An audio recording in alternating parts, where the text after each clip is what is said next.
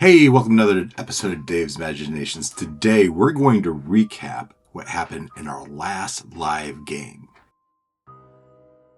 So, last week was the fifth and final conclusion to our Happy Jack module. Our adventurers had found the Happy Jack Funhouse. The parents implored them to save their children. They had entered the funhouse but hadn't come back out, and so our adventurers went in. Now, our adventurers needed to release Joy from Shadowfell, which is where this was all taking place. Happy Jack's Funhouse was in the Shadowfell. And so our adventurers go into the Funhouse, and they go through, been spending the last 4 weeks delving through this funhouse, encountering all sorts of creatures.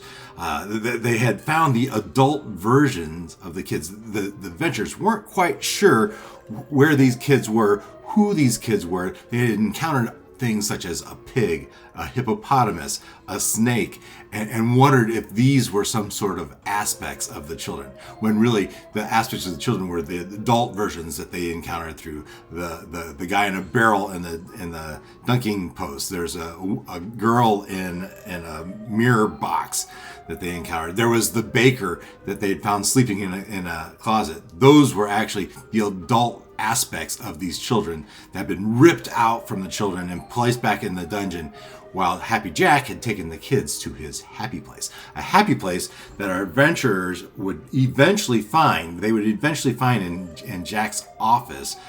So while exploring the Happy Jack's Funhouse, the party found Jack's personal office.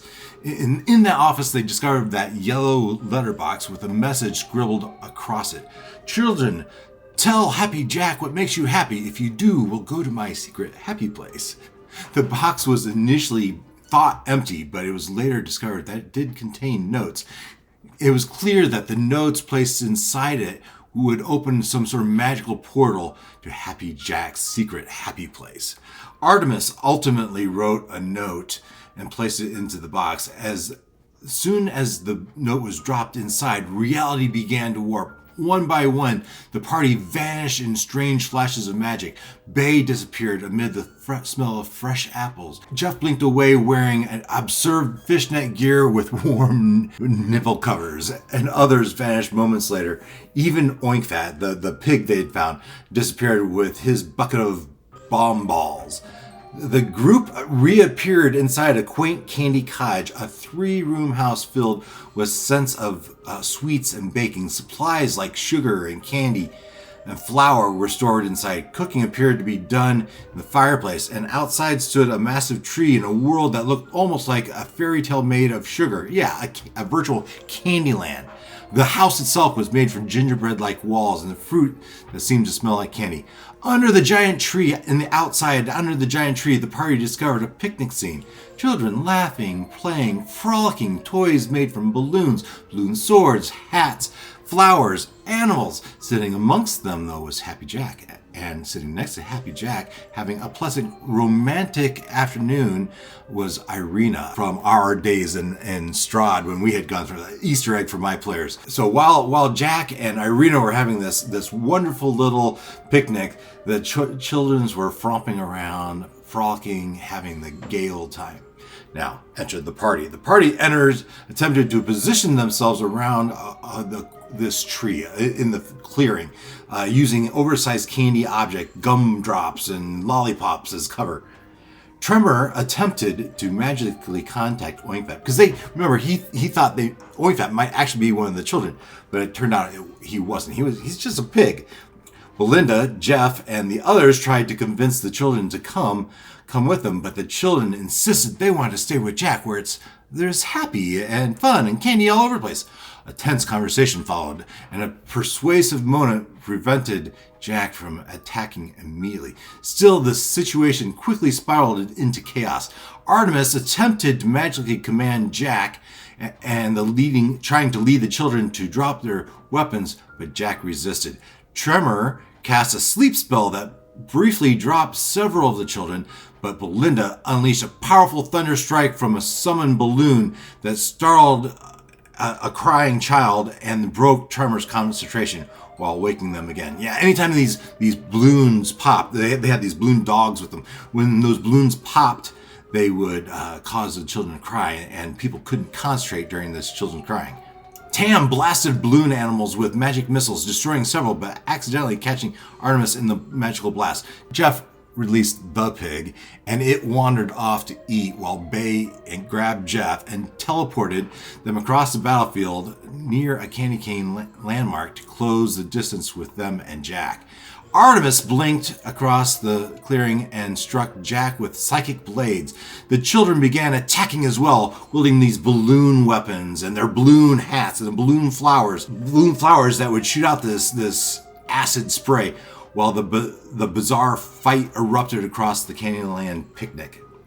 In response to the assault, Jack used his first few turns to inflate a terrifyingly horrible balloon dragon. Okay, it might have been a little cute. This balloon dragon escalated the fight even further. The battle became chaotic and dangerous. The dragon unleashed acidic attacks, this acidic spray attack, and knocked several of the members down. Jeff charged the dragon in a furious rage, grappling its leg and stabbing repeatedly, while Tremor called down divine twilight protection. Now, this dragon, when it would receive damage, it would redirect all that damage into a segment, the balloon segment. And when that balloon segment popped, it would do thunderous damage. Through one of these attacks, between the breath and the leg popping, Bay actually fell, and he had to start doing death saving throws. And later on would take damage. He came to the point where he had one death save and one death fail, and which brought up a question in our game about Tremors had the ability, the protection that he gives through his Twilight ability. And each turn, people within that Twilight would receive some amount of temporary hit points. And so we had to look up, because Bay was down, can someone that's down be revived through temporary hit points? We looked it up, and the ruling we found was no, actually he can't revive. However, he will stabilize, but he will remain unconscious. But he didn't need to take further death saves, which was good, but he didn't just get up. Now, back to the party struggled to manage both the dragon and Jack while the children were continuing to attack. Tremor summoned Radiant Guardians to harry the dragon, while Belinda fought through magical compulsions that forced her to dance. Bay and Artemis coordinated aerial movements and healing to keep the group alive. Now the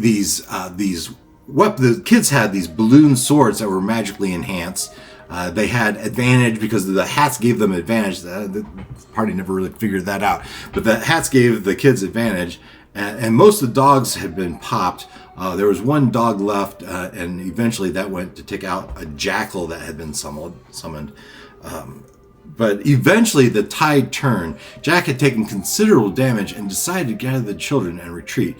Jack, surrounded by children, made Jack a difficult target. The Jack and the kids made it to the little cottage, but Tam blasted Jack with a powerful spell that left him badly weakened. Bay then used a mage hand to shove Jack back out of the door, back into the open yard, where Jack tumbled down a few sets and was available to be seen by everyone. Bay had previously set a connection with Artemis using his Gaze of Two Minds ability. That's Bay's Gaze of Two Minds ability. This later allowed Bay to cast an Eldritch Blast from actually using Artemis to cast his Eldritch Blast from Artemis. That Eldritch Blast is what actually eventually took out Happy Jack. Jack was destroyed, shattered completely. The children fled back into the house. And when Jack died, the dragon sprung a leak and split away. The dragon was a balloon dragon, right? Its leg was grotesquely swollen and injured, but disappeared from the battlefield. In the aftermath, the party recovered from the magical effects, and the party moved through the door and led the kids through the funhouse and back to their parents. They went back in a few times. There was a snake in there. There's a snake person in there that they released. But ultimately, they saved the kids. They returned joy to the Shadowfell. And from there, They got back into their octopod, their dimensional transporting pod, and we're on their way. And I will release a second video that will start our next adventure. Our next adventure is Dungeonland in the realm of Frolifact, where the adventurers are supposed to satisfy their heart's desire. And we'll have to see what all that is about in our next series of videos. We will start next Thursday which would be, we did a half hour of Dungeonland, and then we will pick up with the second part on Thursday, first full evening of Dungeonland, and we'll have to see how they fare through that. So stay tuned. I will release a secondary video that's going to have the portion of Thursday night that had the Dungeonland in it. Now, why am I doing this at all?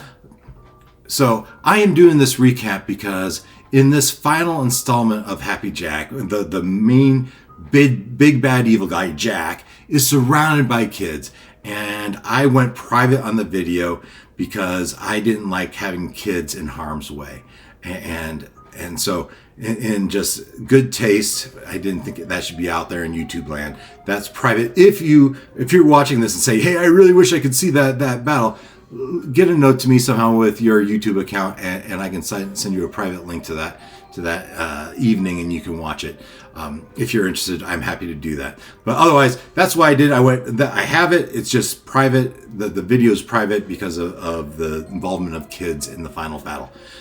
That's why I went private. I will have a separate video that's going to kick off the whole Dungeonland sequence. But until next week, appreciate you tuning in. And until then, take care.